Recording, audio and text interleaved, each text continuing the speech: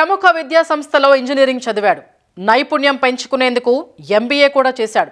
అయితే చదివిన చదువుని జీవితంలో ఉన్నత శిఖరాలు ఎక్కేందుకు మెట్లుగా మార్చుకోవాల్సింది పోయి సులువుగా డబ్బులు సంపాదించేందుకు మార్గాలుగా ఎంచుకున్నాడు.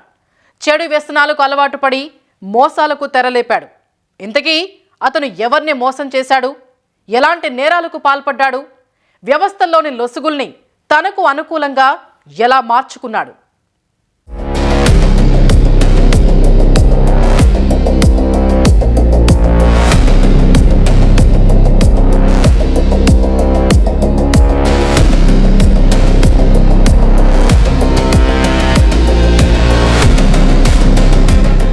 చిన్నప్పటి నుంచి వాళ్ల నాన్న ఇంటి పేరు నిలబెట్టాలి అంటే ఆ కుమారుడికి ఏమర్థమైందో ఏమో గాని నిజంగానే చిల్లర వెంకటేశ్వరరావు చిల్లర పనులు చేయడం మొదలుపెట్టాడు. పనులు చిల్లరవే గాని డబ్బులు మాత్రం లక్షల్లో మింగేశాడు. ఇంజనీరింగ్, ఎంబీఏ చదువు నైపుణ్యాలను మోసాలకు వినియోగించాడు. వ్యవస్థలో లొసుగులు అడ్డుపెట్టుకుని అమాయకులను నిండా ముంచాడు. లాగిన్, పాస్వర్డ్లు, ఓటీపీలు ఎవరికీ షేర్ చేయకూడదని పదే పదే హెచ్చరిస్తున్నా కొందరు పెడచెవును పెట్టేస్తున్నారు. అలాగే గుర్తింపు కార్డులను సైతం అంతే జాగ్రత్తగా భద్రపరుచుకోవాలని సూచిస్తున్నా ఎక్కడంటే అక్కడ పడేస్తున్నారు.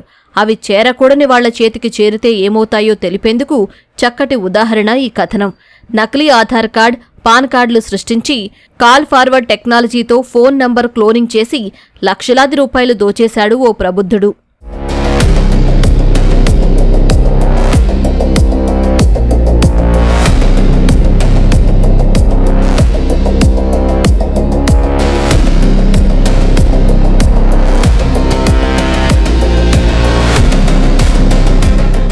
నెల్లూరుకు చెందిన చిల్లర వెంకటేశ్వరరావు ఇంజనీరింగ్, ఎంబీఏ చదివాడు.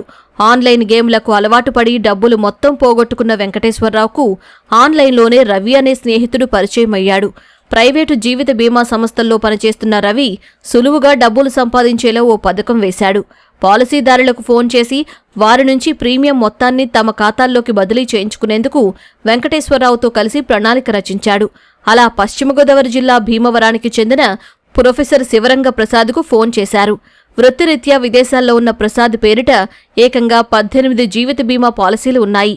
బీమా సంస్థ ఉద్యోగినంటూ పరిచయం చేసుకున్న చిల్లర వెంకటేశ్వరరావు ప్రీమియం చెల్లించాలంటూ వివిధ ఖాతాల్లో 3 లక్షల వరకు జమ చేయించుకున్నాడు.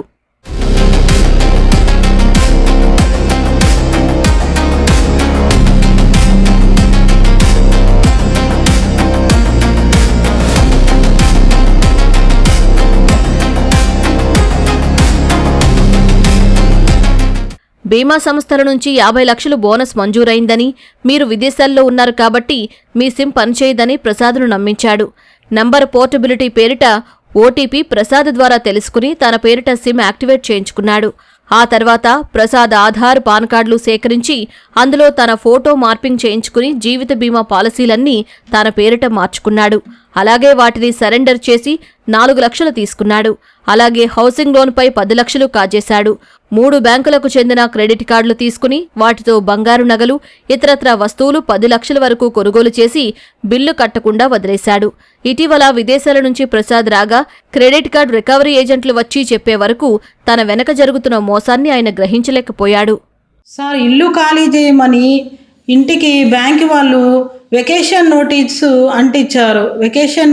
అంటించారు. మేము చేయని టాపప్ లోన్కి మేమెందుకు బాధ్యులం అవుతాం సార్? దొంగకేమో బ్యాంకు వాళ్ళు శాంక్షన్ చేశారు.